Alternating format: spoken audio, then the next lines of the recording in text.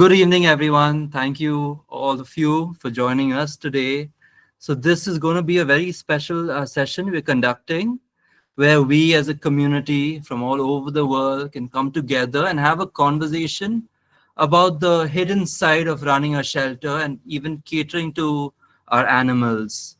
So I think it's important that we discuss and touch upon this and have a conversation of how our experiences have been, our individual experiences and the personal ones of ways we can look into overcoming such hurdles in the near future. So this was a wonderful topic that Erika has suggested, and it's something rare that we get to speak about with one another. So thank you all of you again, and we are very delighted to have Erika Abrams with us and lead us through the session.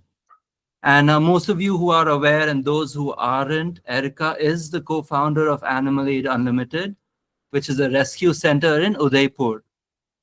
Also, Erika, along with other animal activists, helped establish FIAPO, which is the Federation of India Animal Protection Organizations, to strengthen the movement here in India.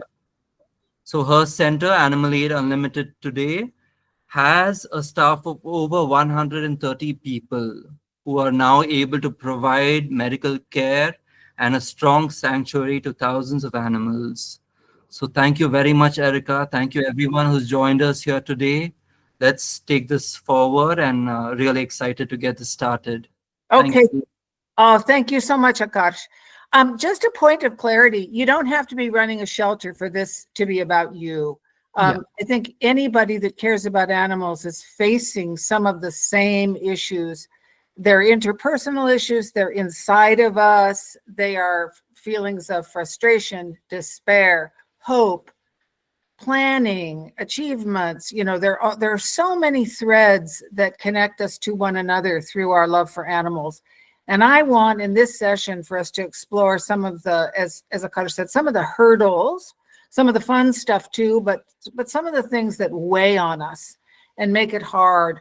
You know, like a lot of the, and I'm going to make, this will be a very brief introduction from me, but I've known people, you know, in India and elsewhere, even and before I was involved in animals, that had their real hearts and souls in a project. Could be an NGO, could be work, whatever it was. And one of the things that I think was really a drag that I learned about early was that in many such places, there's one little bad seed that's out to get you, you know, and has made it their whole heart, soul. They want to bring you down, especially if you are, you know, really excited about your project and really positive and really getting it off the ground. There are people that have a problem with that. And I think that is something I want to talk about today, is if you've ever had that in your life, like what you did to diffuse it, what you did to keep it from escalating to a real, you know, inter-office war or whatever it was. So like, let's talk about that thing. And the other thing that was really on my mind when we were planning the session was guilt, talking about how we manage to, most all of us who love animals are going to bed at night feeling like, man, this was a drop in the ocean and I'm not getting the help to the animals that I want to. Today, I didn't do it because I went shopping and I bought lipstick and I went and did frivolous things that didn't have anything to do. And now I'm mad at myself because even though yesterday and the day before I gave everything I could think of giving, but today I didn't. And who knows what animals I could have helped had I not taken that selfish turn. That kind of intrusive thought, you know, that makes us feel less about ourselves or makes us feel like takes our energy away. So let's talk about that too. So those are two subjects I'm hoping we can talk about.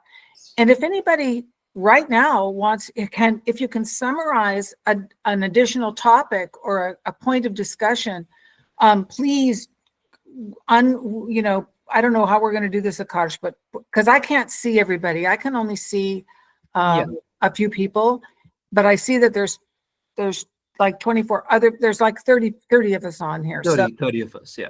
if you want to speak, maybe you can tap the hand on the bottom panel of your icons, and then Akarsh will call on you. Is that all right with you, Akarsh? Because I don't know if I'll see them or whatever. So does anybody have another topic that you want to talk about? Yeah. Anybody? Is there anybody that okay, so Preeti. Yes, Preeti.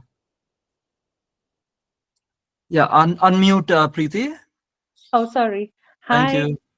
So good to see you, Erika. I don't know if you remember, I volunteered at Animal Aid last year, so it's so good to see you again. Yeah, I recognize you. Thank you. So I think one of the things that will be important to know is about the guilt about not getting enough resources to run what you want to do, the passion that you want to follow to save enough animals, and you see someone in distress. So I think that, again, it's tagged to guilt, but around resources and how to feel about that. And then if you're buying a lipstick, then you're feeling guilt all the more again. Good. Okay, let's talk about that also. So is there anybody else that has an idea that's plaguing them a little bit that you think other people might be able to shed light on or share similar? Jan, yeah. Hi guys, Jan Woolsey Tolfa. Yeah, compassion fatigue. Just getting exhausted sometimes, you know, how you can't express it to your friends. Thankfully, I'm in a very close-knit community, but it is just sometimes, you know, it's exhausting. Yeah, it is. And I think that compassion fatigue is related. In my mind, it's a bit related to guilt. It's all a big fur ball of anxiety right in the midst of trying to help the most vulnerable. And so, I mean, Jan, maybe I don't want to put a spotlight on you if you're shy, but It's okay. maybe you can describe for everybody what I think everybody's compassion fatigue is going to play out a little bit differently. So maybe you can share with us, how does yours, pounce on you? I think it's just sometimes, you know, that you've had a very, very long day. You've had quite a lot of animals transitioning, and you don't know what to do with those feelings. I get the feelings of, you know, of detaching ourselves in a Buddhist sense. But it's sort of, where do you go with that? How do you deal with it? You know, and like you say, the guilt of sometimes, you know, you've done everything that you possibly can, and the doors are still open, and you've still got more and more animals coming in, and you want to do everything that you can. So it's just that sort of, you know, where are those resources? You know, I mean, we all do Reiki, we have massages, we walk, we talk with friends. You know, it's all that, but you know, it's just like dialogue going with people. I think, Jan, I love your example, or in the scene you're painting. One of the things that I think is a good thing is that you're not flatlining. You're having an anxiety. And I think one thing that I've learned from friends that I have and family who have had serious depression as a manifestation of compassion, maybe it's a manifestation of compassion fatigue. Sometimes the worst aspect of depression, as I understand it, is where you kind of are lacking feeling. It's not that you're feeling an overwhelming too many feelings or too much sadness. It's that you wake up in the morning and things that once floated your boat just aren't working, and you have dullness. And if anybody in this audience has experienced that, for one thing, my heart goes out to you. But I think that's, in a sense, even more frightening than that feeling of the too much swirl and too many little eyes looking at you, needing, and you not having 50,000 hands that you would want. Yeah. How do people? But based on what Jan said, does anybody have a remedy that? I mean, she just mentioned, you know, Buddhist meditation and the idea of transcending if you can. That means something different to all of us. So if you've ever given that a go, of trying to say, I want to practice a meditation exercise that helps me see the cosmic whole and not be just overwhelmed by the detail that's confronting me right now, but somehow lift out of that and see how this fits into the big universe picture. Does anybody have experience or success in doing that? Kind of a, because I don't. I want to confess that right now, Jan. I don't know. I don't know what you should do. No, but I think that's a really rich topic. I think it's as much as, for oneself, but also supporting people around you.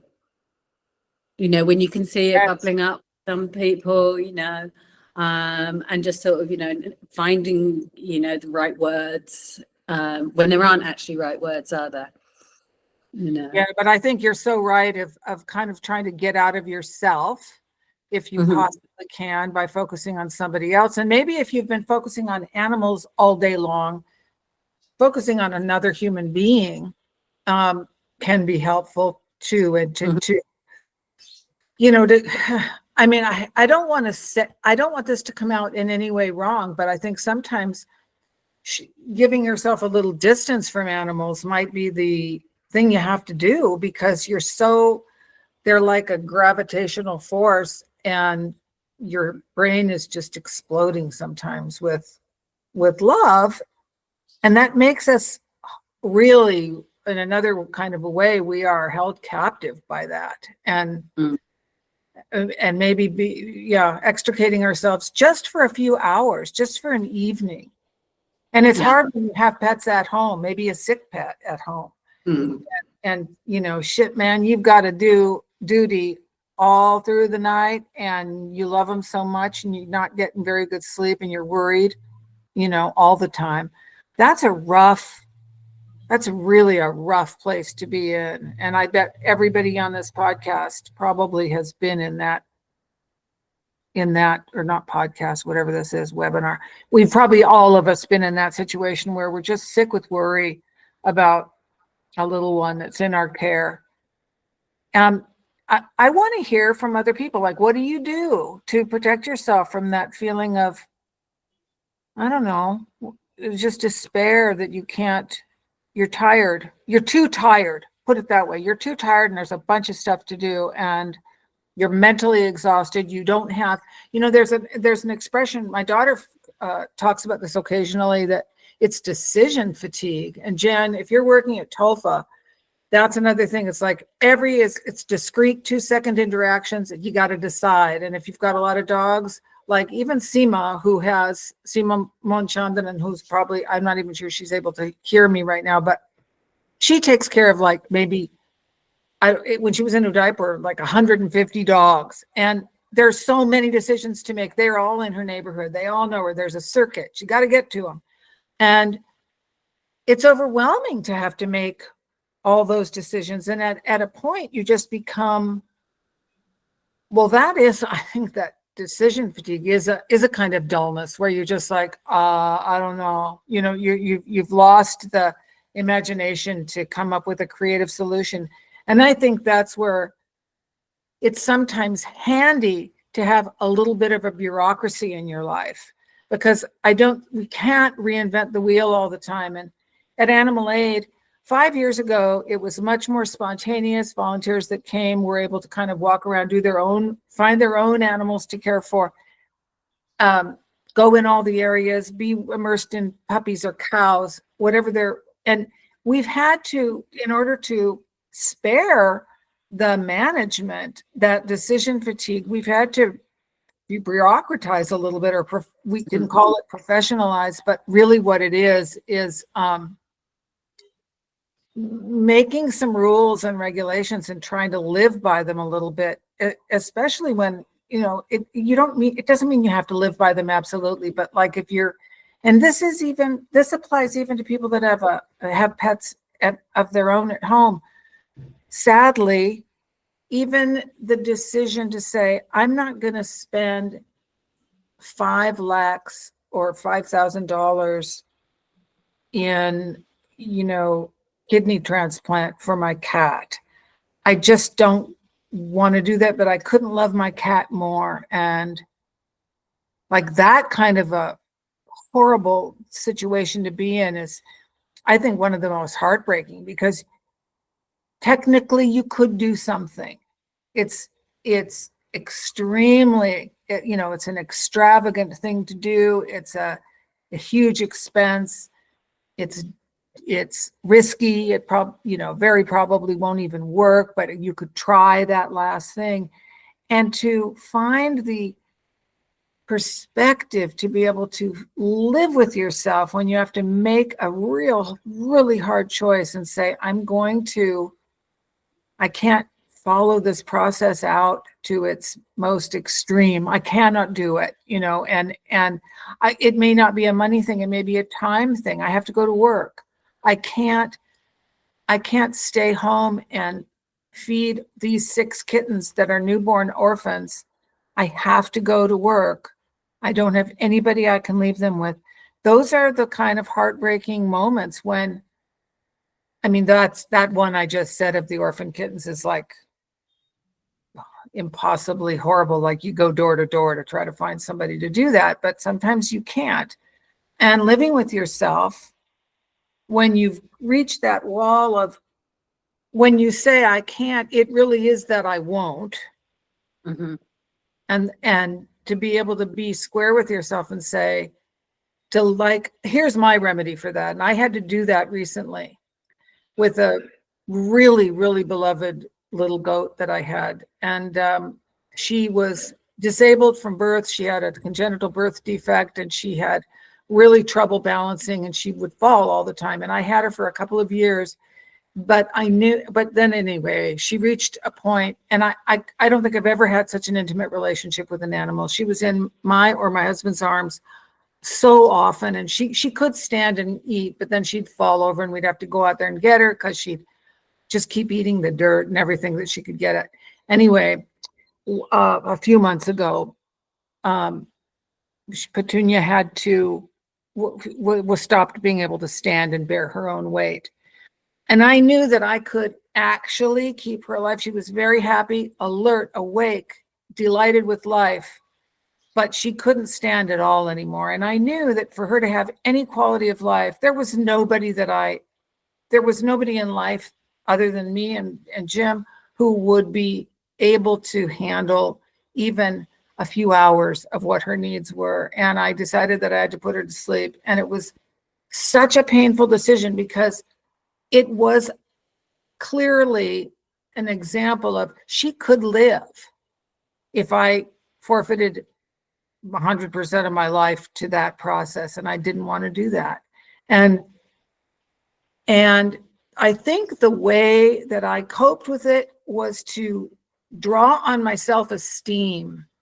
Not that I have such an abundance of it, but like I looked for it in my soul and pulled it out and said, okay, Erika, you have value in some other areas, and you need to, for yourself, for other animals, for other people, you need to be available to do that. And you cannot be just completely dominated by this one gorgeous, beloved, holy angel. You can't do that. You will lose yourself. And that helped me. But I think to do it, you do have to be able to find your self-esteem button. Has anybody else ever been in a situation like that where you really didn't know what to do? There are a few more people who have raised hands, Erika. So shall we hear from them? Please, yeah.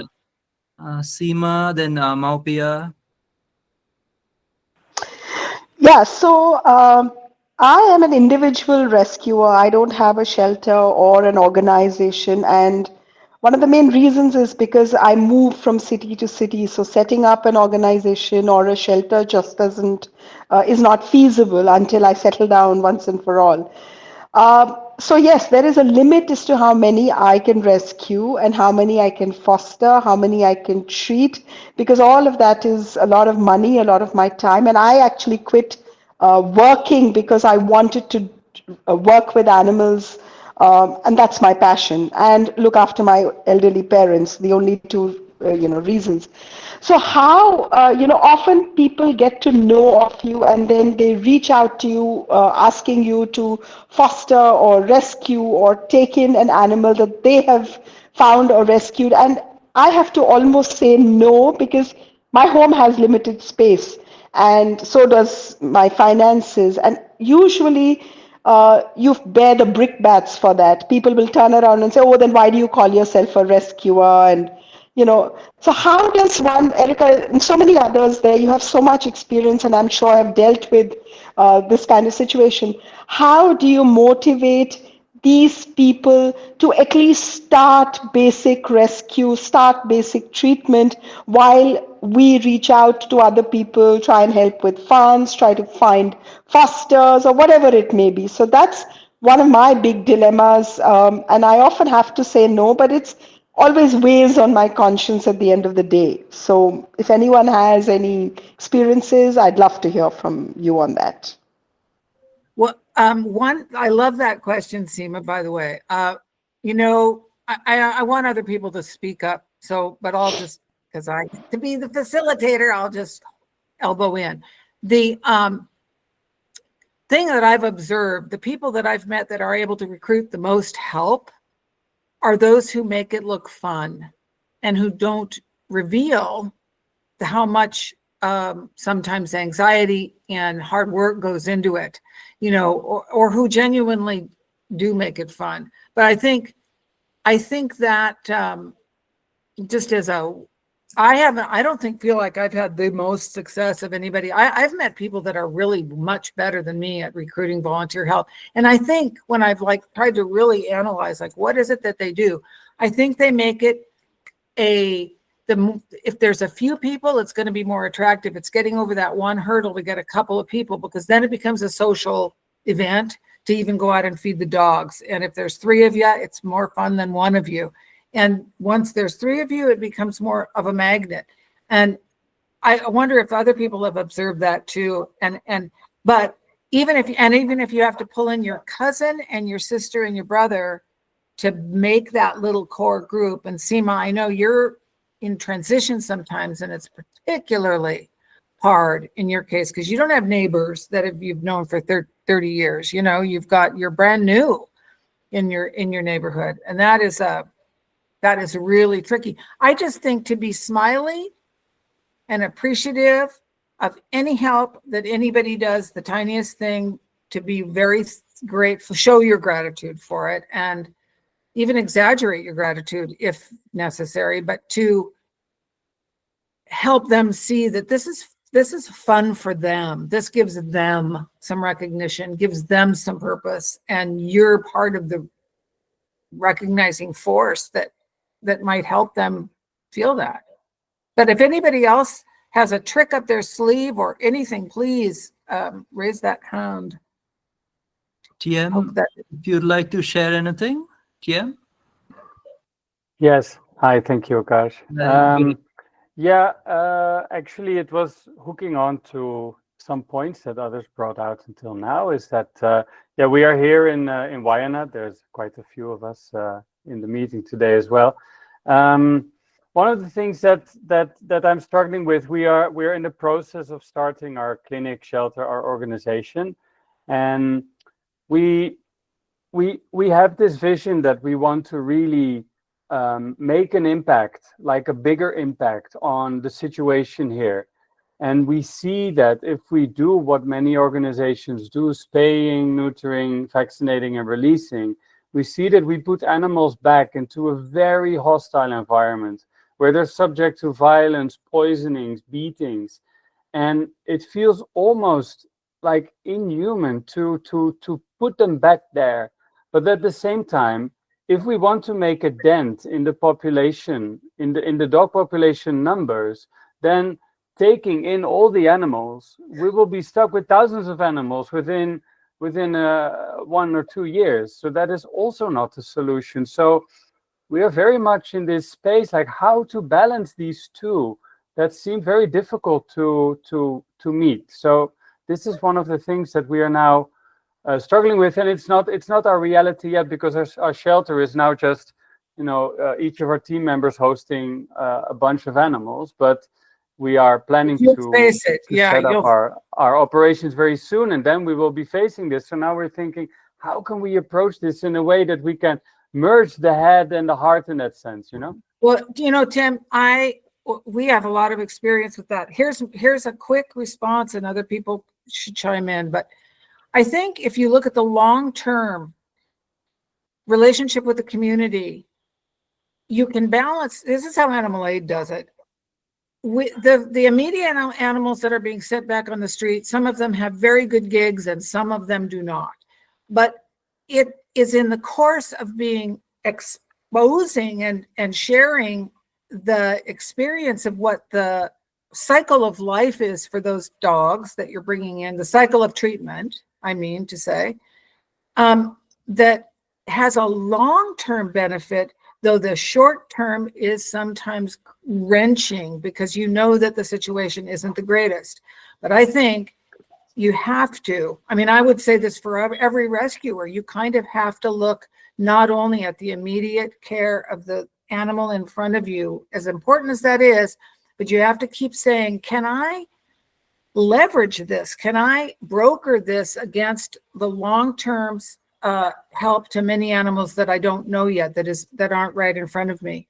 And I don't mean to diminish the power of those that are in front of you at all, Tim, if I'm pronouncing your name right. But I think you can bolster your courage by saying, this has a long-term benefit, and it's prevention, not cure. If it's in the case of spay-neuter, like with rescue, people can say to us, well, why don't you do more spay-neuter? That's prevention, not rescue. And our response to that is, both are important. Rescue is highly visible. It motivates people. They get to see it. They understand that animals feel and that people are out here caring that they feel. There's lots of, I think, creative ways that because there's not one right answer. I think an important thing to remember, there isn't just one right answer. And at the end of the day, you have to do what feels okay to you, feels the best of the options, and go to bed at night peaceful about that every day we're faced with these choices that are painful or good. There might be like, oh God, I could help this, but I could also help that. And you have to choose. I think that in your case of what you're describing, you have to say, there isn't one right answer. This is not a perfect solution. This is the best we can come up with right now. The alternative doesn't make any sense. We'll be hoarders in a week. It's the easiest thing in the world to bring animals into our care. And it's the hardest thing to say no. But if we don't say no, we're overwhelmed, and then we're looking like we're crazy and we're not able to feed them, and we're desperate. We're in a desperate situation when we've brought animals in that we don't have the resources to care for. And by the way, I'll make the point that people that are givers, the donors that are out there, the prospective donors, will much prefer to give to a hopeful future activity than they will prefer to fund debt or to get you out of a messy situation that you've gotten yourself into by keeping too many animals. I guess it's just human nature. I learned this from my husband, who was a professional fundraiser, but that's kind of the lore among fundraisers. And I think it's very true. People do not want to fund the crisis that most of the time that has happened to you. They want to fund your dream, and with the optimism that there is reason to think this dream can come to fruition. So did I even respond to your? I think the best thing I said was, there is not one right road. Yeah. Stella would like to add in, Erika, to this. Stella? Hello, I'm with Tolfa. I'm also with Jan. We both work there together. Jan spoke earlier. I'm not very good at speaking. I get a bit nervous, but I just wanted to say so Tolfa, we've only recently been discussing about how much of an impact we think we've made. Like this year, maggot wound season, we had half the dogs we normally have in, which can only be a really positive effect of our ABC program. So, and I think I'm just trying to say this in like a hopeful sense, that I do think the work pays off. And we have an education program so we go into schools and stuff, and that really helps with how children will grow up to then treat animals. And I just think I can understand how you're feeling stuck at this point, but I do believe it will all pay off. So keep going and stay really hopeful, I think. And for those who don't know what TOFA is, it's Tree of Life for animals, and it's in Pushkar, Ajmer area of Rajasthan, and it's an amazing rescue center and spay-neuter place at spay-neuter center. And they've been around for 25 years, and they're incredible. Support them. Tell everybody. Thank you. Thank you. Maupia, over to you. Hi, Akash. Thank you so much. So I basically have a few points to add with our ongoing discussion. First, I would like to add something which we were talking about, compassion fatigue, Jan mentioned. So when we're working with animals, there's basically no end to it. There's always something to keep us overwhelmed, and no matter how many we rescue or attend to, there are always more who need our attention, who need our care. But one thing that I've learned is, see, we cannot save all the animals, but our first priority is always the animals directly under our care, be it in our shelter, or if as an individual rescuer we are attending to say 10, 15, 100 animals, those are our first priority. So that I think we have to be like strong and mentally, figure out where to draw the line. And second thing, when despite of everything, it still becomes very overwhelming. But one thing, like we were talking about Zen meditation and how to overcome this fatigue. So one thing that I've seen is really worked for me is that, so end of the day, now when do we feel overwhelmed? So it's basically when we're constantly attending to one need to the other, and we do not get the time to breathe or realize how we are feeling. Like Erika ma'am mentioned, that lack of feelings when we don't skip it out. So, and end of the day, we are like just too exhausted. So one is definitely coming home, hugging your pet, be it a dog, cat, whatever you have. Second thing, which I found is very helpful, is a short gratitude practice. Just listing down 10 things that I'm grateful for throughout the day. And I have found it so helpful that when I'm mentioning this, maybe okay, I say filled up a water bowl, as simple as that, or I gave a mat to the dog who was shivering, something like that maybe. But when we list it down, it becomes small things. Okay, and end of the day or end of noting it down, we realize that okay, yeah, now I feel a bit better. So, Jan, I would like to suggest this to you. You can give it a try, and the others, of course. And I mean, I have found it helpful, and this hardly takes a bit of time. So that is. That's really lovely, and I so agree with you. And I think something else you said that we can all say again and again: the problems are almost endless, or they are, for all practical purposes, endless. And I feel that to accept that fact and to say, you know how the Buddhist or all the wise sages say, enjoy the process, not the outcome. The Bhagavad Gita says that, surrender to the process, leave the work to me, says God. And I think there's something so wise about that, and it applies to all our lives with these animals, is that like we just wake up in the morning knowing that if today is a full-on animal day, that's what it is. But there isn't any, we can't keep on looking for that day when there's not problems, because that day is not going to come. And in that sense, but what can come, like what Mopia, that's your name, isn't it? What Mopia is saying is that that doesn't mean you haven't achieved beautiful things. And to reflect on the beautiful things that you did do, and as small as they are. Oh, I cut the toenails of that dog today. Awesome. I'd been wanting to do that for 3 weeks, and I finally did it. Just whatever those things are, they will help you. That will help you get through that, and to see the beauty of the process that you're in, and to feel the luck that you have purpose when the people that we do not want to be are those who just can't find their purpose, and they don't love the way you love.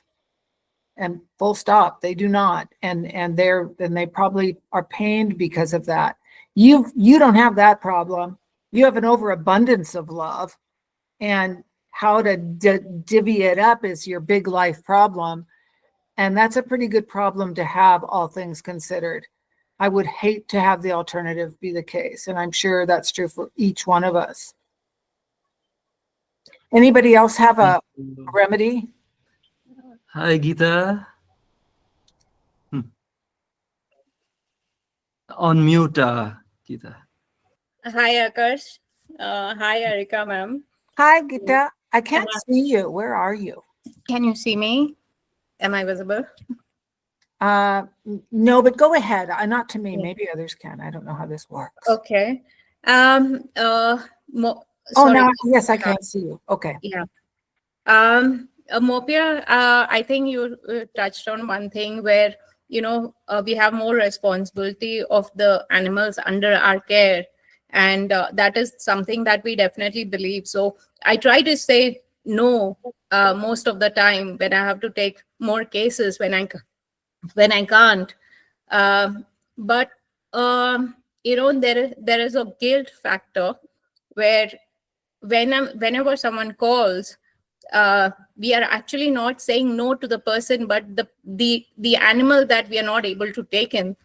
That kind of guilt carries on later, thinking about, I've said no. How, even if you sacrifice, buying a dress for yourself or anything, but that guilt of saying no doesn't go away, because it carries on.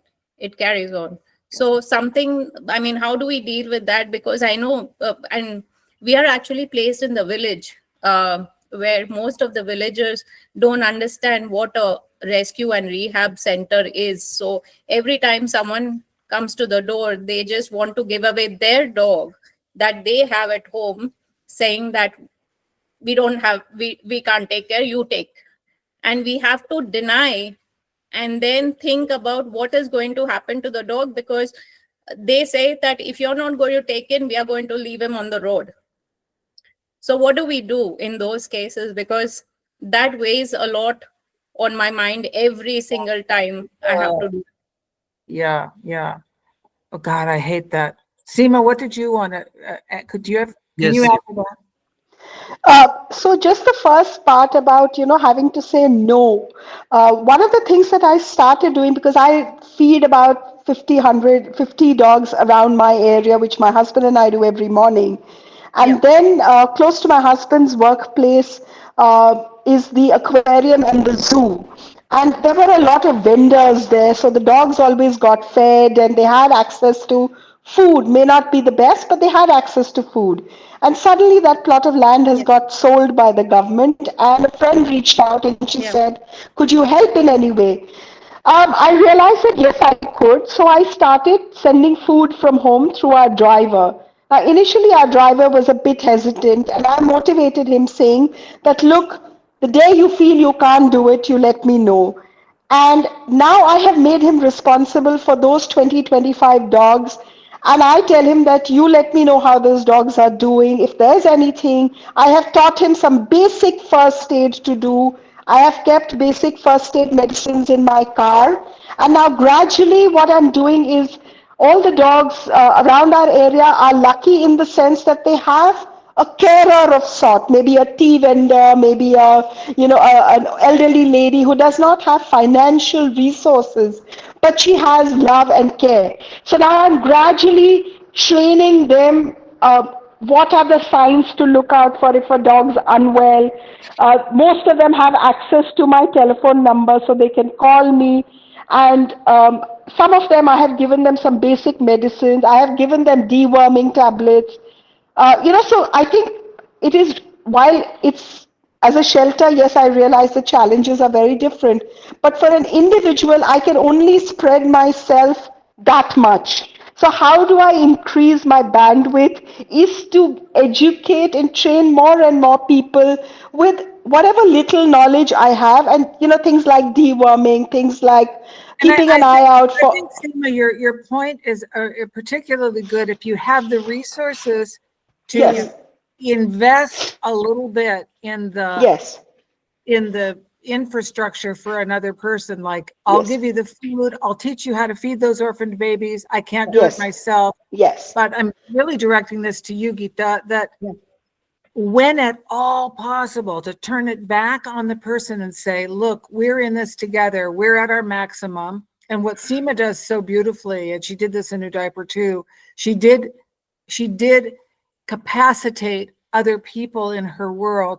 Now, Seema's a little different because she had the financial resources to supply the food and maybe the vehicle. So that's not everybody's situation, but you can say, I'll teach you how to do this thing. I will try to teach you, or I'll work with you a very limited period of time. I cannot take this dog myself, but you can. And I'll show you how I would do it if I were you. Or I will go door to door with you on 3 door knockings to try to find an adoptive, and you can hear me, you can hear my pattern, see if you can duplicate that yourself and go to 25 houses. I think Seema, what Seema's saying is you may have to front end load the way to get other people to do more themselves. Yeah. And maybe that's the way to soften a no, is to say, I can't take this on myself 100%. Our organization can't, but we can show you, or I can show you. And then it puts it back on them. If you don't do it, those puppies are going to die. Yeah. And just to say it, like, I can't do it. If you also can't, and if you won't find somebody else, I'm afraid that your puppies, emphasize that they're yours. You found them. They aren't going to survive without your help. And not in a way that makes them feel guilty, or, not in a creepy way. It's a truthful way. But to take it off yourself, even though they've said, well, you're the rescuer, not me, ignore that if you can. Yeah. And try to help them see that they are a hero for having identified the problem, and they're going to be a superhero for solving it themselves. And that sometimes works. And in fact, I think that can be the success story that, I think all of us probably got addicted to helping animals from that first bird that fell out of the nest when we were 10 years old, and we helped it, and it was like, the cat gave me a little charge. That was good. The endorphins, or the whatever the things are that get, fired, the serotonin went boop boop. And the next time it happened, we were like, oh, good, I can do that. And so it grew, and that's probably true for other people. So you might be able to help them get that little success that means so much, and our bodies remember that made us feel great to save that little turtle on the road. That's Yes, a great idea. Sorry. Akash, can I just add on to one more thing? Yes. Yeah. Erika, so it's a question based on dilemma of now we have 180 dogs, but we are in the village. We have very, very few donors. Most of the organization is funded by myself. But again, the question is about saying no to the limited donors that we get. Okay, very limited donations. And there is a person who asks, okay, can you take in a rescue? And I'm not in a position to take. I think, Geeta, being transparent and having a website or some way that people can see what your resources are and what they're not, how many people you have, don't have, and to be quite specific with your limitations when you, I don't mean advertise, but when you use social media, not to overstate. I think we all have the tendency to we want to highlight what we've done good. Yeah. And so there's a danger, though, in overstating what our capacity is, and it's not all about just the humility of like, oh, I'm not so great. I'm not talking about that important humility. That's there too. But I'm saying for the practical thing to save you, to spare your sorry ass, to tell them, hey, we only have 2 vehicles and the tires are bald on one of them. we, be out there explaining what your limits are so that they don't have an expectation that you can't fulfill. Yeah. And don't say on your banner, helping all animals in India. No. Be careful, and if you have to have a service area that's quite random, it's like so arbitrary, your service area. It may be 2 blocks, like Seema's service area might be the 3 blocks around her house. Well, fair enough, man. That's already, it's 100 dogs. And whatever your service area might be, my street, and it starts here and it ends there and it's 100 meters. That's it. That's good. That's fine. Just make sure people know it. No way. Okay. Yeah. Thank you. Thank Eva, you so you have much. something? Yes, hi. So I have a related question. So we've been hearing about how we're very limited on our own and there's only so much we can do on our own. And we can really increase our bandwidth by educating the community and finding those actors within the community and motivating them so that this thing spreads. And I'm wondering if you can speak about, like, what if we find ourselves in a community where we aren't seeing so many of those actors? Like, the community may not be ready for this change, at least to initiate this change on their own.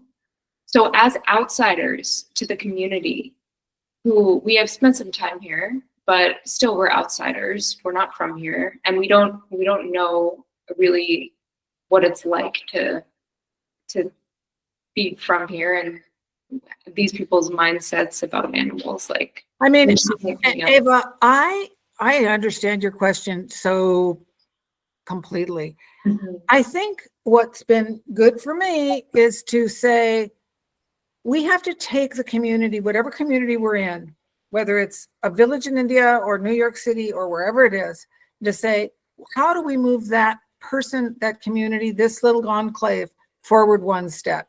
If the best we can do at Animal Aid is to tell kids don't throw rocks at dogs, from a big vegan outreach perspective, or somebody that's working in a legislative capacity that's getting, massive laws changed for dairy cows, it might look like, well, that's a pretty unimpressive undertaking to tell kids don't throw rocks.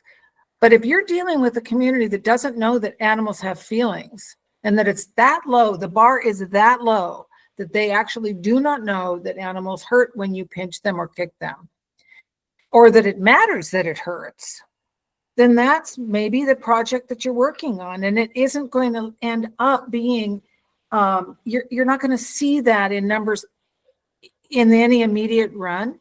And it might be that you're only impacting a very few little kids that will grow up to be the actors, and you're never going to see them, Ava. And it's like, that's the Zen deal of saying, I'm going to plant seeds as dutifully as I can. I don't know which ones are going to grow, but some are, and some are going to grow into negative things too, because I'll plant those seeds too probably, but I'm going to try to plant good ones, and I'm not going to see the results. And I've got to make peace with that and not diminish myself or my work because I can't see the results in my lifetime or I'm moving out of this community in 2 years, or whatever the limits, might be, that you're not going to see it. And I think that's a pretty cheerful deal, actually. Ava, I think to say, all I can do is move people forward from where I perceive that they're at. And if I'm guessing right, it might be at a painfully low level, painfully low, but so be it. Because if we skip that step and imagine that I can talk about veganism till the cows come home with a Jain audience who literally believes that it's part of God's will that the cow is the mother of the milk for me and my family. That doesn't mean that you ignore that population, but you have to think, okay, well, what strategically might help them to see that this cow is an individual also, that it's not just a symbolic representation of an abstract idea. And, you know, in other words, being strategic with not expecting unrealistic sophistication from whoever you're dealing with, and practicing guessing at where they're at, you know, and that too is guesswork. You're not always going to be right. We're not God, and we don't know, but I think we can get a feel. But I don't want to repeat it again, but is that a Yes, decent answer? that's great advice. Yeah, thank you. So it's about meeting them where they are, even if that may not be exactly the standard that I could hope for. Yeah. And I suppose if you think to yourself, well, we're you know, well, one, this is a good point. I have to admit that I'm about to make. We're not all the right, you know, there's a saying in Australia, there's horses for courses, and that's not a good for vegans to say that, but we're not, if somebody is a professor of medicine and that's what they've been all their lives, they may not be the right person to go into schools and say, don't throw rocks at dogs. They might be much more useful doing what they love to do, which is writing an abstract, you know, research project results and getting it published and getting the word out that way. I think you have to really do introspection to say, well, who am I in this game? What do I enjoy doing? What am I? It's probably going to be what you're good at too. So that's, luckily, those are usually joined.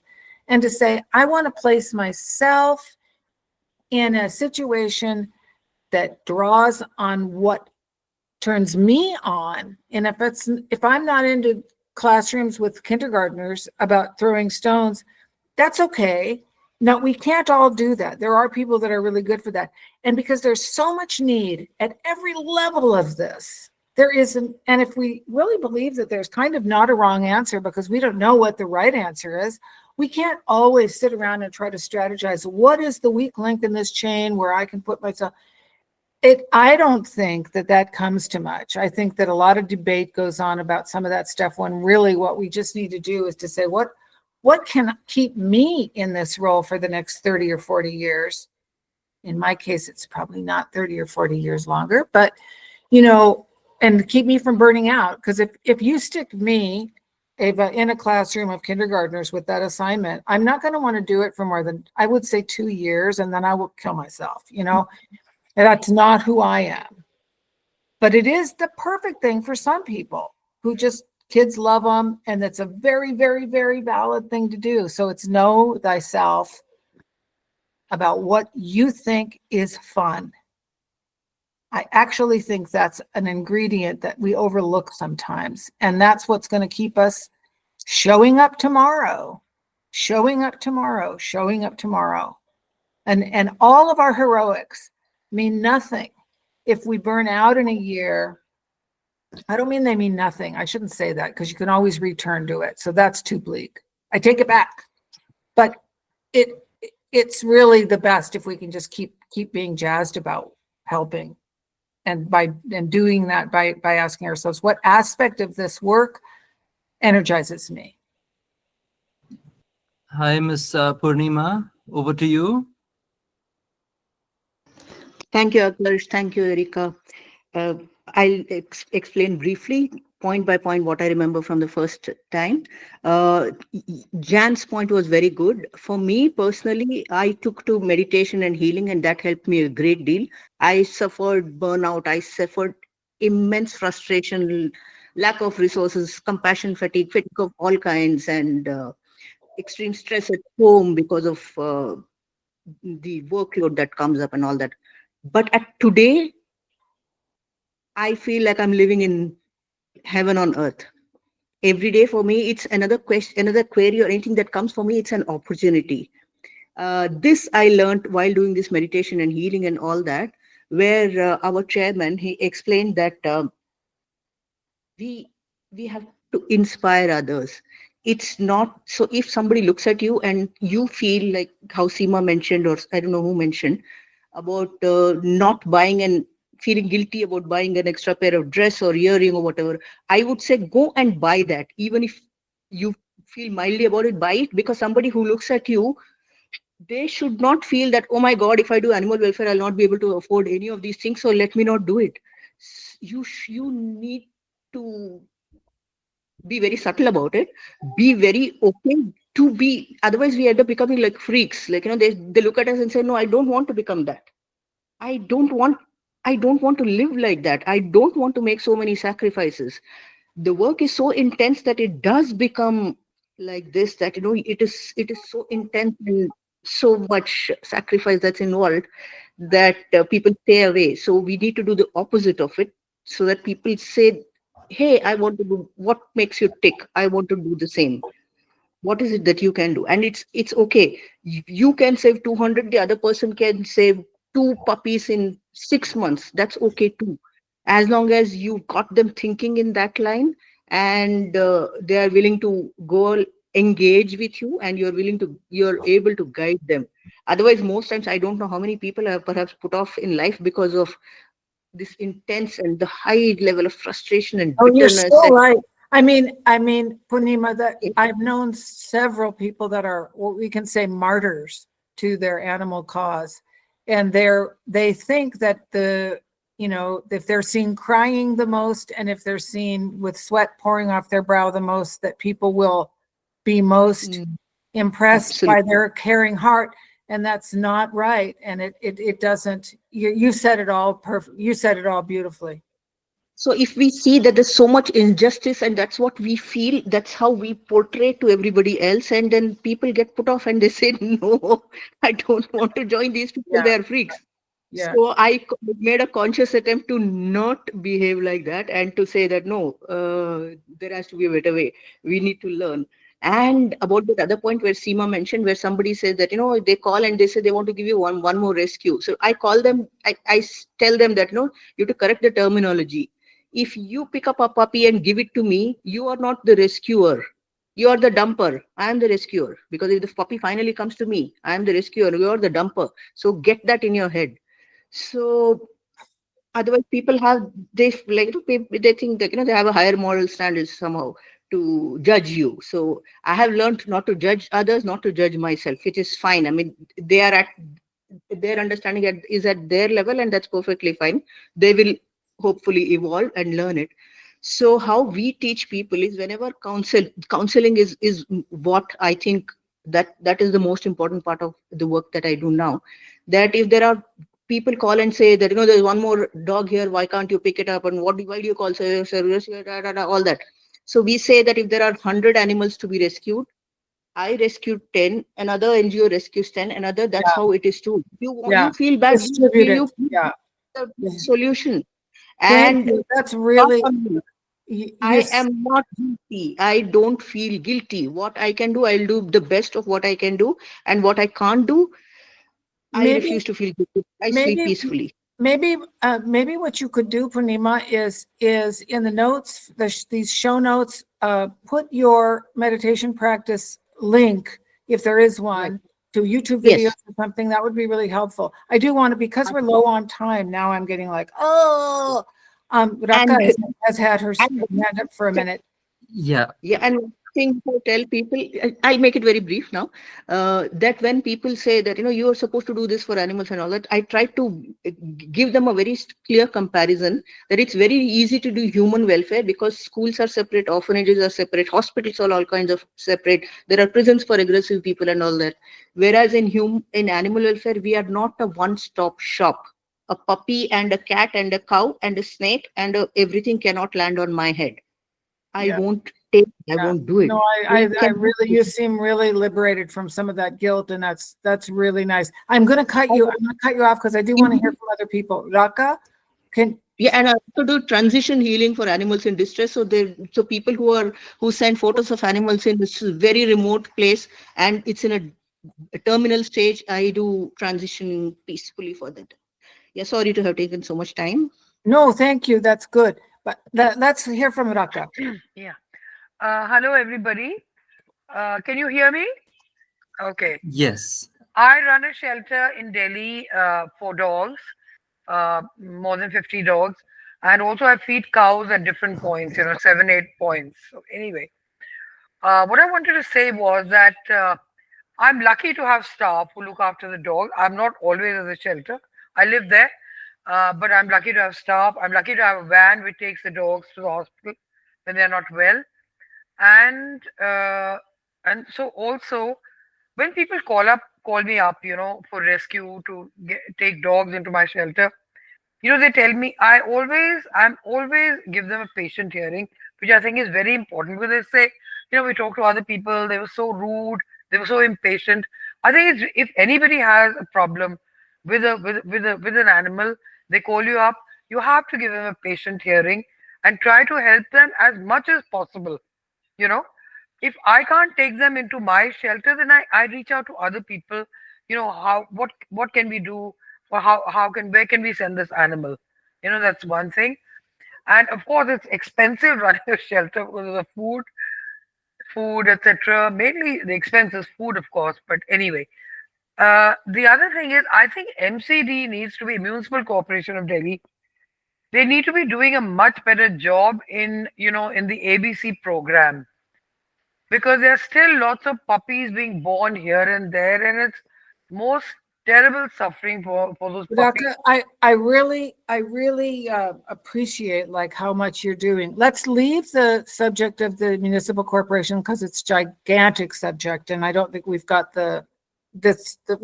we can't engage that topic right now. But I really appreciate what you're saying about that we have to that we have to give some time to the.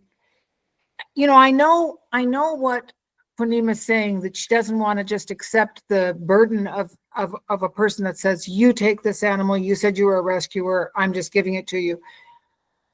It is a balance between realizing, like you are realizing, Raka, that these people are precious that want to do anything, since 99.9 of the people want to do 0. So for them to go from 0 to 0.1 of help, which was to call you, that needs to be celebrated too. And I totally take Purnima's point that we don't want to, there's an excess in that direction too. But I think what you're saying is really important, that the people that have called for help for an animal, even though they don't have the resources to do it, and they might be blaming you for taking an hour to get to that animal or whatever blame game they want to play, but still, and I tell this to our staff all the time, and we have to realize they're in that state of anxiety where they're in a transition point. They might be the actors that Ava was talking about, the future actors. This might be the first tinkling of the bell in their little old head. And you, Raka, by giving them an opportunity to say their thing, even if you can't help in a practical or in a hands-on way, you might have just helped a whole lot just by listening for 5 minutes and letting them share their anguish at seeing the squirrel run over in the road. Man, it's traumatic when you see it, when you see that, and to just give them the moment to acknowledge their pain. And even if you can't help them, that's like a big thing to do. And that's a big thing to do for animals. Like, don't separate it in your head and say, well, that's human seva, that's not animal seva. Yes, it is animal seva, because if you gave that human being a moment of dignity and sympathy, they're going to go out and be 100 times more likely to help the next animal. So you could just look at that as an investment, even though it's costing you your precious time for sure, and you're tired and you don't want to talk on the phone anymore, but you can think of it as that is leverage. That is what Seema's doing by leveraging her driver, and that's what we all have, these opportunities to do that. Maybe that's the costliest part of our work in terms of soul expense, is that we don't want to talk anymore. It's 5 p.m. We want to shut up, and it's Netflix time, and we want to eat and stop, and we can't. The phone rings or the door knocks and there's another problem to solve. I think that's where you're heroes, and no one will ever know it. And that's like your golden halo, is that probably nobody's ever even going to see that, but you made time and you stretched yourself when you really did not want to do it, and you did. And I mean, I want to say, since we're going to have to, we can talk a little bit longer as far as I'm concerned, but we should probably close pretty soon. I want to say to everybody that tuned into this webinar thing, I know I can't see all your faces right now, but I know that you are the people that are like the most caring in this whole world, and probably for people also, not just animals, because I very seldom see it actually really separated. For what this is worth, I think we all should take a moment and just close our eyes to say, you're out there doing the amazing things that you're doing. Might feel to you tiny, but it might be really, really big. And your contribution at whatever level you can make that contribution now. Maybe you have other interests and you're also, a dancer, and you're also a gardener, and you're a wife and husband, and you've got kids, and all the things that people do that are righteous interests that are not animals, but they're all fueling your animal care and working together in that flow of being who you are. And I just am delighted that you're here with us. I feel this is very woo-woo spiritual, but I feel your energy even over this Zoom thing. And I hope you all are feeling the energy of the other people that are on here, because it's really the beautiful thing that makes the sweat and blood and tears that define some of our lives sometimes, makes it worthwhile that you're out there. Yeah, hearts, whoever did that. I don't know how that happened, but that was cute. I just want to add one more thing. If I take an animal from somebody, I always ask for a donation, and people do donate, actually. So that's also wonderful. Yes, I love that because, when some people are very shy to ask for help, but it's just easy math. If I have more resources, I can help more animals, or you who maybe aren't other person that is the donor prospect. You want to help, you have limits on what you can, I can do it. We'll help more together. Like, it's just put your shoulders back and smile. Asking for help to help animals is a great and righteous thing to do. And it just enlarges you, doesn't reduce you in any way. And those who feel that it's a beggarly thing to do, help them grow out of that, because that's just going to mean that they're very, very limited in what they can do. We all have to be enthusiastic askers. And because we see what it means. We have a little bit more money, a little bit more food, a little bit more medicine, and a little bit more, petrol in the ambulance, or whatever you're doing, you need. And also, I think this is important. If somebody invests, quote unquote, they give 500 rupees, they're going to care what happens to you and your little organization, or just you, whoever's spending it. They're going to become 10 times more interested, even if they only gave 50 rupees. Suddenly they have a stake in the success of the program. They don't want to think that they just burned the money up. They want it to work. And that's a really great way of getting community involvement, is asking for money. Give me 25 rupees, not because that's the 25 rupees is going to matter in some sense. It's going to matter in that it motivates you to do more. The minute you've gone from 0 to 1, that's the biggest leap you're ever going to take as a donor. And that's precious. And you can give somebody that opportunity to expand themselves by asking them, and then, yes, I can give, even if it's not a lot. It's a huge psychic change in their whole mojo once they've given. Shall we close? Like, what time is it? Look, it's 10 after. Why don't we do this again? I really like this. Great idea, Erika. Wonderful one. Let's do this. Hi, Bharti. Hi. Yeah, let's do it again. And one of you, maybe one of you who are listener, I'll come to your webinar if you want to do this and you be the facilitator. You know, it's fun. Then you get to talk all you want. But it's really, I think each of you who has said anything in this session strikes me as being a person that has a lot to say, a lot to share, and would probably be a very great catalyst for other people to talk also. So we could have these kinds of webinars quite often. They're really, it makes me feel so good that you're there. Wow. Maupia, do you want to quickly say something?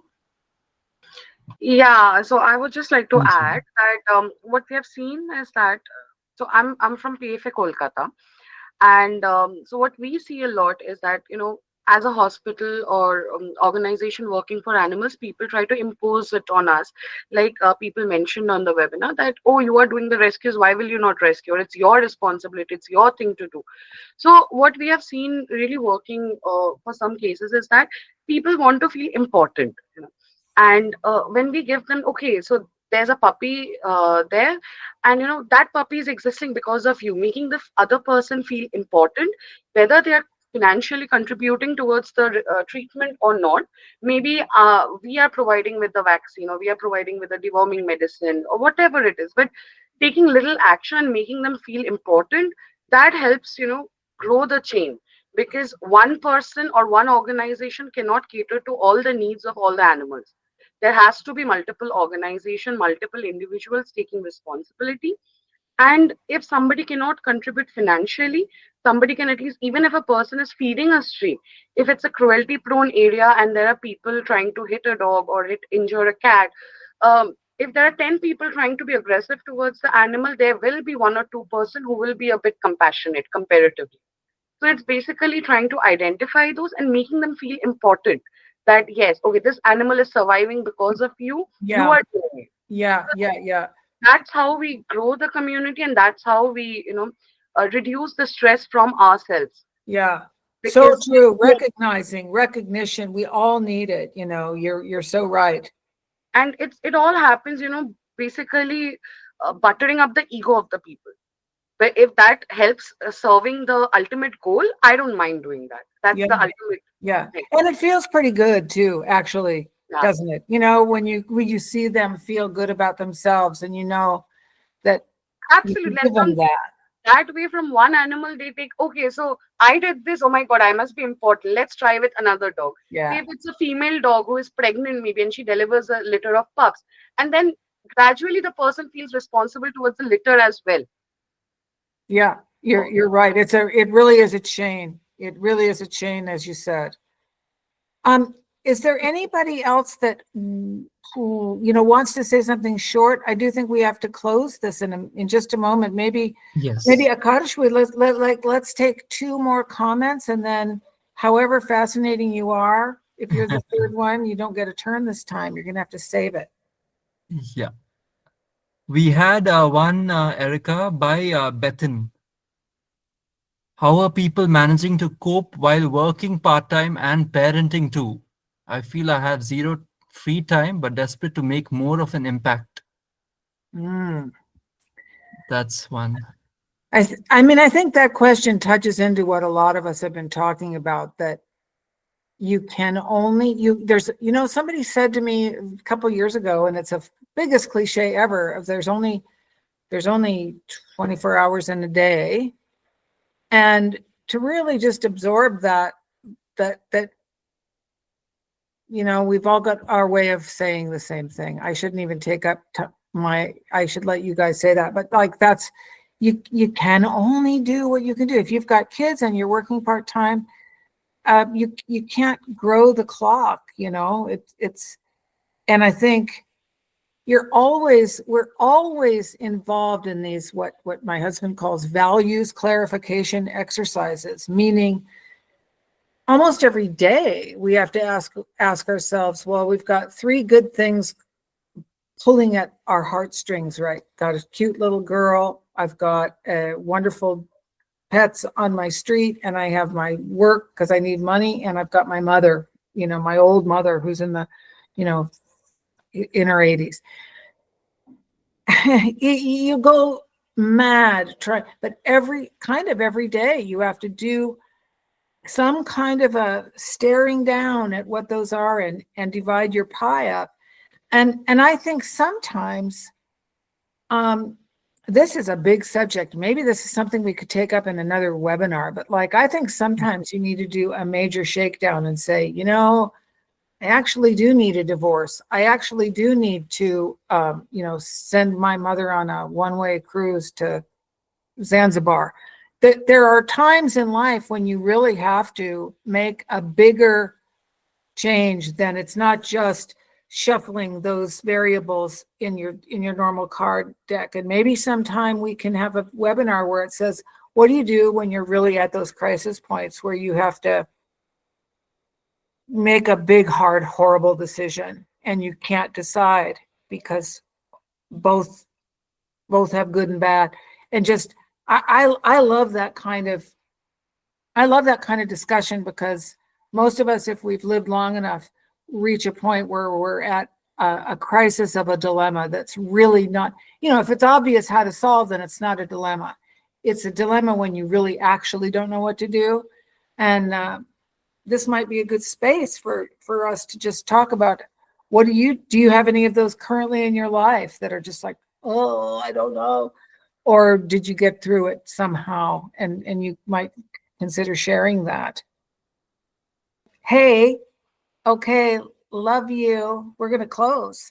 Thank you, everyone. Have a lovely evening.